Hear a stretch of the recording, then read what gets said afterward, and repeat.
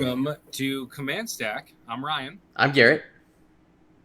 And we are going to have another mini pod for us today. It's just the two of us joining, which is kind of in touch with our mini pod theme, is that it's trying to be more nimble, trying to cover some more stuff, trying to get a little bit more content out there for everyone to enjoy. We did want to touch on a little bit of news, though, before we jump into our tournament that we're going to cover this mini pod. What is the news, Garrett? Oh, we got the official Atomic Mass Games Discord set up for all their games, including Star Wars Armada. So I want to encourage all Armada players to go check out their Facebook, Twitter, website, which is also new, by the way, and get that Discord link and join up and select in the role selection Star Wars Armada and engage. We want as much Armada content and engagement on there as possible. But anyways, that's all I got. Yeah, I think just hit the button, to say you're supporting Armada. I think it doesn't hurt. I don't know how much it helps, but it doesn't hurt to do that. And I definitely think they have a whole painting section. Then it's just like a general painting section. It's not like Armada painting or Shatterpoint painting. It's just Armada, or it's just a general painting. And so we have a lot of great painters, a lot of cool stuff, including like an LED Superstar store that somebody shared yesterday. So, like, show off your paints. That's part of the hobby aspect that I think is underrated in Armada. It's not for everybody, but like we have a pretty vibrant painting scene, and we got some cool ships. So, like, please go share your painting. Yes. And it's got a section to find communities, and so people have been posting a ton of fellow Discords for local areas across the world. And if you have one, post yours there too. Yeah, I mean, so many people post on Facebook all the time, like, I don't have anyone to play with. I'm in, Connecticut somewhere. I don't have anyone to play with. And this might be a way for you to find somebody. So definitely check it out. But enough of that. Today we're going to cover a tournament in Oklahoma. And I'm pretty happy to do it. I had been watching this community grow over the last several months. Last 6 months or so on Facebook, they have been posting, and I decided I wanted to give them a little recognition. It's really cool to see a tournament scene, I think, largely grow up from nothing. And that's what we're kind of seeing here. This was a tournament at Wizards Asylum. It was a 3-round tournament. It was held in early August, so August 12th. Wasn't a store championship, but it had 11 people who showed up, and I'll go through the stats, Garrett, if that works for you. Yeah, absolutely. I just want to say, like, these kind of things this is the bread and butter of Armada, right? Like these little store championships across the United States. So this is exciting. Just something straight from the community, right? The not Nova Open, World Qualifier. Like, this is just what people go to play. Yeah, and these are people working hard, putting their time in to build up their community, to have a good group of people. So it's really special when they can come together and have a vibrant community. And I think I recognize some of the names on here and may have come from surrounding states like Kansas, but and that's okay. Like, when you have Armada tournaments, people will travel. Like, it's one of the things about Armada players. We will travel. We got our Kentucky one signed up, and we got someone coming from Ohio, Indiana, and possibly even Georgia. Yeah, Atlanta. So people will travel to Armada tournaments. So I just have a couple of stats. It's only 11 people, but for a store tournament, that's great. It had 4 Empire, 3 Rebel, only 1 GAR, and 2 CIS, and that GAR was Luminara. I think Luminara is really interesting. Just in general, in this kind of environment. Where it's it's a defensive admiral, and it's in an offensive environment, and it's interesting to see that's choice made, and she's really good. I think there's some Lumi builds out there, but we're just this is a mini pod, so we're not gonna do a deep dive into too much stuff. We just want to talk about the top 3 lists today. That's kind of what we figured we had time for. And I will go with the 3rd list. Which I could not be more excited to talk about. I was gonna say I really like this one too. Yeah, go ahead. Here we go. I know we have never talked about this admiral before. This is General Tech.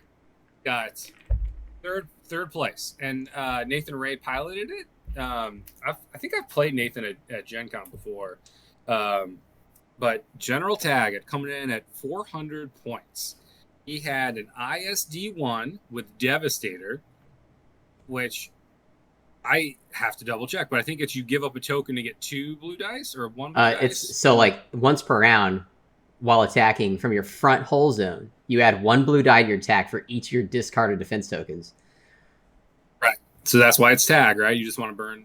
So Devastator. So you can get a sick amount of dice with Devastator. It's expert shield tech, local fire control. So you're swapping out that contain for salvo, flat guns.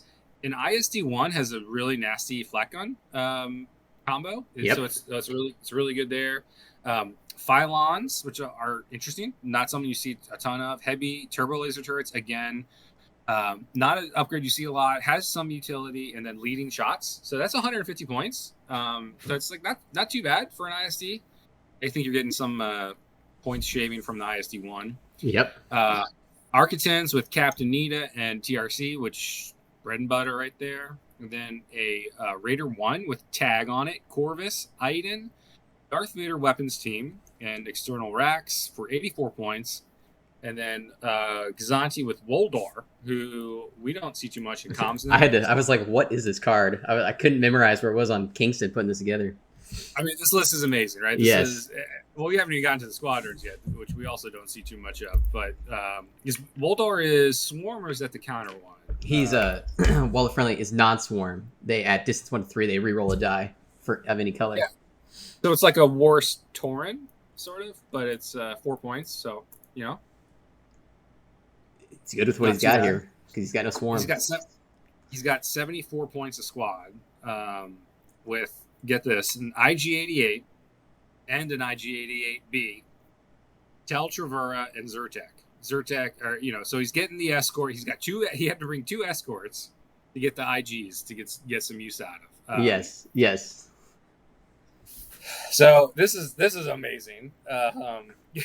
What do you think? I love the Zyrtec with the Tel because he's just burning Tel's health to reroll his die, and then because Zyrtec he can damage another squadron of himself of the Empire to reroll his 3 reds essentially. And Tel, right, he discards defense tokens to get his health back. So it's a good pairing there. And then I love the 2 IGs because you never see them almost anymore. Because IG-88's awesome because he ignores escort and counter, right? So he's great for that Shara situation. And then IG-88B, right, he just activates like in Mando and just starts shooting everybody around him. With an obstructed shot, which is really cool. Instead of shooting one squad, he shoots them all. No, this is awesome. I love how he's just burning and churning defense tokens on this whole list, right? Whole list, yeah. And so the IGs, I don't want to move away to the shift just yet, but the IGs, they're not great, right? They're not optimal. They only have that 1 brace, right? One scatter, yeah, 1 defense token, right? And so it's not that hard to get an accuracy, right? And so they always get accuracy down, but he I think to get some utility out of it is having to bring both Tel and Zyrtec. Yes. Which is amazing. I almost feel like Dengar would be really interesting in this list instead of Zyrtec or something, to give some counter to all those other guys. But obviously he's going a different direction here, and this is just pure joy. I mean, I always want to take things like heavy turbo laser turrets, but I'm like, LTTs, I gotta take those instead. So I don't know. I just love seeing these combos, especially Devastator, which is a 10-point title, and this is the situation to get use out of it because he's got no defensive tech, right? Besides expert shield tech, so he's just throwing defense tokens away. So he actually gets to use his title. It's great. Well, and so we should probably talk about tag a little bit. Who we never see. Yes. So this is what he does. After deploying fleets, place 2 non-consecutive round tokens on the card at the start of your ship phase, matching one of those tokens. Each friendly ship may recover 1 of the discarded tokens. So you get so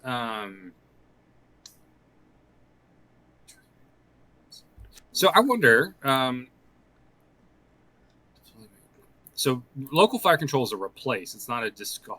So I was wondering about that. But anyway, so you usually probably pick rounds 2 and 4 or 3 and 5. Yeah, I'd go 3 and 5, but yeah, it just kind of depends, on the matchup. But so probably 3 and 5, and then you would get your, you just burn that salvo as fast as you possibly can. You burn your expert shield tech, you're burning your brace, maybe whatever you need, and you're fine with it because your devastator, is on one round is going to throw like, I don't know, 12 dice or something. Yeah. Plus it's this salvo, especially like little ships shooting at them, like the CR-90s. Like, okay, well, I'm just going to throw 3 reds at you with my flat gun salvo. Well, it's a red and 2 blues. Yeah, so yeah. Well, at long range, yeah. Yeah. So with the flat gun, awesome. So all like this is kind of the synergistic, attack. ISD, it's suboptimal, but like if you fly it well, it can do work. And Nathan clearly flew it well. He got 3 wins, so he went 3-0 in this tournament. And then Nita, obviously with the Architects, perfect synergy with the TRC. You're just burning that evade, and you're one of the evades, and you're doing well. And then the Raider also, like, you want to go in hot, right? So you're going to burn your brace. You burn, if you can, as long as you can spend it. So very, very cool list. I do like on the IGs, they both have a black dice, and Zyrtec too. So like you have 3 black dice. So a little bit of anti-ship on your 74-point squad ball, which is kind of what you're looking for. Just keep people honest. Yep. And they're fast too, so they'll get anywhere.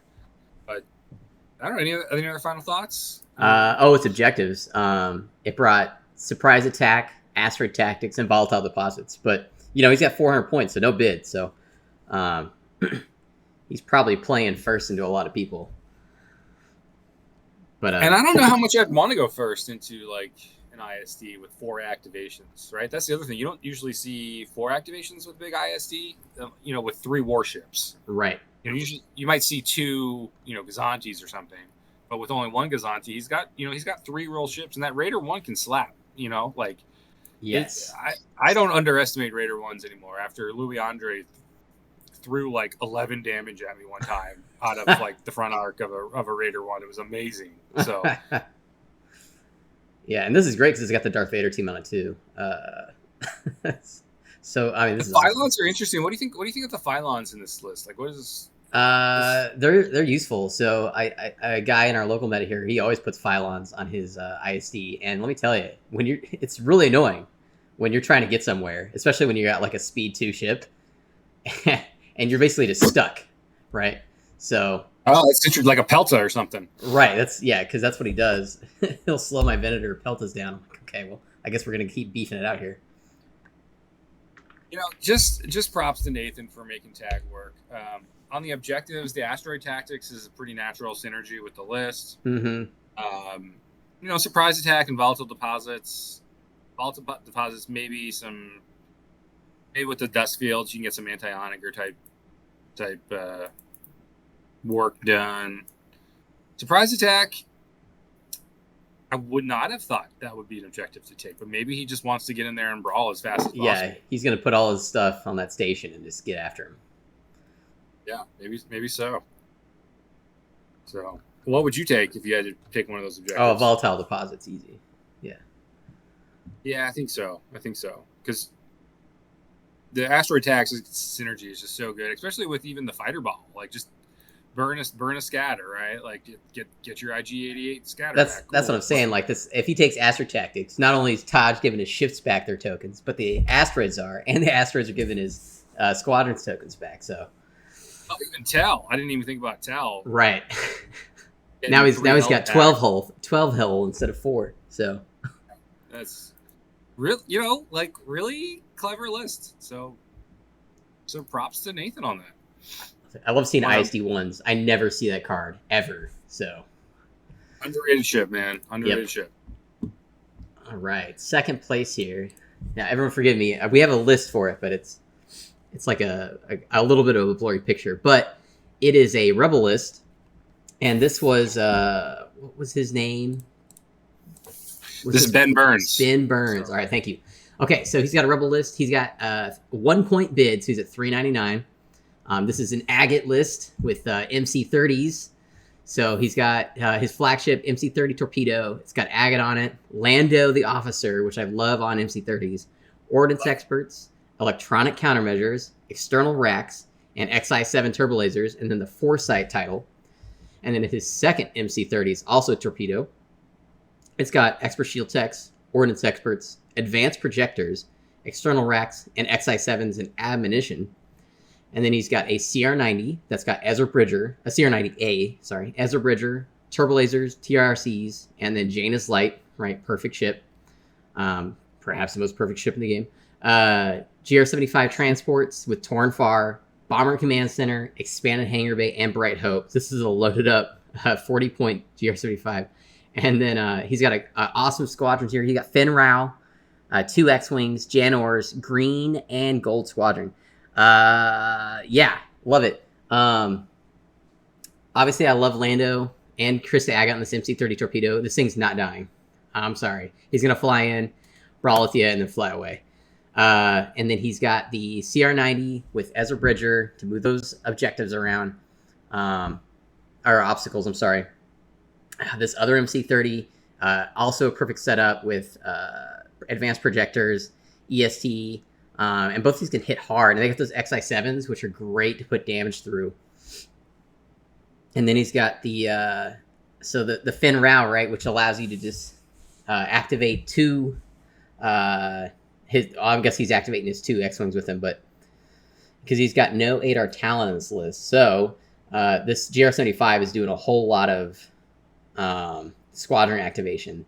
And the Janors. So can he do all the squads there? Yeah, I think so, right? Because GR75's got expanded hangar bay, so that puts him to 3, right? Right. So then he hits Finn Rao, who then hits the 2 X-Wings. And then Janors, and he's got to have a token queued up, I guess. Squadron token. He can do them all. That's awesome. Yeah, so he first round queues it up, shoots, and then maybe queues up another one later. But yeah, no, I mean, this is great. I mean, this is your classic run and gun MC30 list with Finn Rao pumping up the squadrons. What do you think? What's your favorite part here? I like the XI7s. That's my favorite part. I love XI7.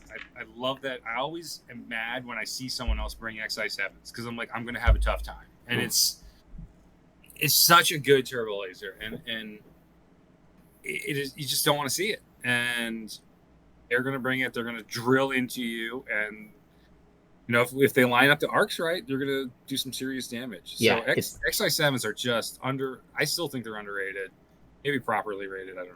But they're devastating, right? Because an MC30 never attacks your front; it always attacks your rear or your side, and you're going to take critical damage. It's going to happen. Yeah, absolutely. So that's my favorite part. I don't know about so it's $399. I don't know about the advanced projectors. I think I'd rather ECM almost because the expert shield tech with advanced projectors, can you use that at the same time? I don't think you can. No, but I'm guessing he's planning for different damage being taken. But advanced protectors are really useful though. When you get hit, and then you got to move it to the other side of the ship. That's because usually you're on the outside, and so you just soak the shields on the side that's not going to get contacted. I think like in an accuracy meta, advanced projectors suffer because if you just accuracy those, 2 redirects, you're taking a lot of the defensive ability off of that M230. Yep. So just a thought. But I like the squad ball. I wonder if it trades up. It's if you don't. I think it does work if you don't have any fighters. 95 points, 2 X-Wings, Janors, Green Squadron, Gold Squadron. A little bit bomber heavy was with the Bomber Command Center, so I wonder how that does. If you're bringing a mid-tier sized ball, you want to at least trade evenly, and I'm not sure this does. This would get hurt hard by like an Anakin Delta or like a Mauler Mythal ball. It would suffer hard. Like if it. I mean, this is obviously he built this to fight ships, right? And then hopefully his X-Wings hold off for a while with Janors, but the good thing is, it's like all of his ships are speed 4, so you're probably able to run away from most things. Maybe not your Merrick Jendon or something, but like most fighters you can probably run away from. So just if you get with a little flak, with a little flak assistance, I think the squad ball will do just fine. Mm-hmm. And his objectives were most wanted, hyperspace assault, and volatile deposit. I love the idea of hyperspace assault every time I see it. But against this list, I would also take volatile deposits. What about you? I think volatile deposits, because I don't feel like it can hold the area that you need to hold. With volatile deposits, you put your 2 asteroids, near each other with, like, let's say you put the GR-75 in the middle of them, so you can get both of them. Yep. But it's not that hard to run a GR-75 off or just straight up kill it. Right. So, and this fleet doesn't want to stay in one spot. He clearly wants to move quickly and run. And so I'd take volatile deposits. Take my chances. I guess he'll conserve some with Ezra throwing the asteroids around, but yeah, or a dust field. He moves the dust field to just the right spot to buy himself, maybe a turn or two. Yeah, for the onagers. Yeah. I like it. Well done, Ben. Excellent. Second place. Love to see it. All right, moving on to first place, sorry. So first place was Stuart Maxfield. He went 3-0 with 24 tournament points. So averaging 8s, which is kind of what you need to do in a 3-round tournament. I know we have a lot of store champs coming up. If you want to win, you probably need to be averaging 8s. And so he brought a list to do that. Called Jane and the Boys. Only cowards stay while traitors run. So it was a Radis list with Corvette B. On the Corvette, CR90 Corvette B, he had Radis, Hondo, Engine Tex, Jaina's Light. And then a GR75 with Ader Talon, boosted comms, another GR75 with Torn Far and Bright Hope. And then his big drop was MC75 with an intel officer, ruthless strategists, Yep. Instead of boarding troopers. So electronic countermeasures, ordnance pods, PDIC, and quad battery turrets, with a big old squadron ball of Dutch, Hera, Wedge, Chara, Gold, a Skirk, and 2 A-Wings. So this is you're starting to see Radis become very powerful in the current meta, and I expect to continue. He's always been good. For some reason during the pandemic, it just kind of dropped off, but Radis has always been good, doing well, and this is kind of your archetype now. You have a very cheap dropship with big hammer and squads. Yep. I think the ruthless strategist ordnance pod is always a good combo. Just devastating flak if you want to come around it. Squad ball can fight anything. A lot of bombing damage, but also ton of anti-squad. With Wedge and Hera and Jara and 2 A-Wings. So very strong Radis list. No real mystery, right? Yeah. What it's going to do. It's synergistic. It's meta. The word meta, right? I mean, the 2 GR75s with the perfect combos, Adar, Boosted, and Torn, and Bright Hope. And then his CR90's going to make it to its target. No one's taking it out because it's going speed 5. That's another thing worth talking about. It's like you really see engine text almost stapled to Radis CR90s. And if you are a good enough flyer, you're not going to die. Yeah. I am not a good enough flyer, so I take ECM on my CR90s. But if you're good, you can take engine text. What's interesting though? Maybe the most interesting thing, it's 400 points. So we're starting to see Radis's with a very low bid. I was going to say, everything I've seen lately is low bid. So rarely do we see anything more than 2 or 3. But you'll get to pick if you want to go first or second. And normally you don't want Radis to go first, but Radis just means, if you're second player, it just means you can activate your cruiser like any other. It just can't be the first ship to activate that round. So he can go second, drop the MC-75 and activate it. Yep. Get his what he's going to do out of it. So interesting to see it at 400 points, which makes our objective discussion pretty relevant. So his objectives: most wanted, capture the VIP, and infested. What do you think? Oh, this is not as easy as the others. I'm definitely not giving him most wanted because that'll make that Radis drop just so bad. Especially with his QBTs, because he's going to come in at the speed he needs to give himself that extra blue. Here. VIP is interesting in Radis. That's the one I'm looking at. Like he could put it in the middle of the board, right? Yep. Drop the MC-75 right on top of it. Yeah, I think I would go with that. I'm still looking at infested fields, but he's got those A-wings. I don't know. I think I would take... I'm taking infested fields myself. I think I'd take VIP. Or maybe, most wanted. No. I'm not giving him any more dice. No, thank you.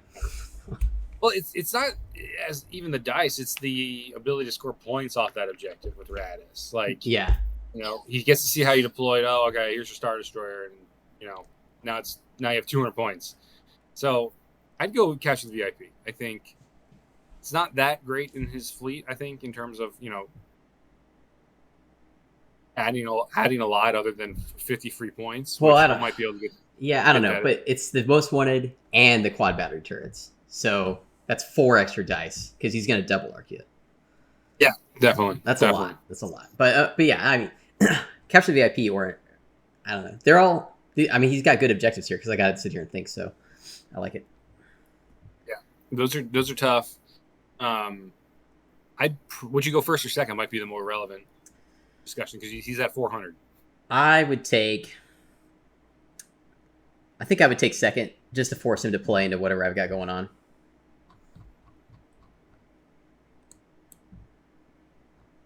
Yeah, I think so too. Because at least you have a chance to maybe get out on going first, right? Yep. I think I would take first too. And his objectives don't hammer you too badly, which is hard. It's hard to pick objectives with Radis, I think. Yeah, because the goal, right, is just to kill the big ship or whatever the target is, and then disengage. Right. Love that squad ball. Always good to see a Scourge. Yes, the Scourge. I want to preach the what's it called? The good book of Scourge and Nims in this current environment. Hey, Nim. I've been hot on Nim lately, man. Nim. Yeah.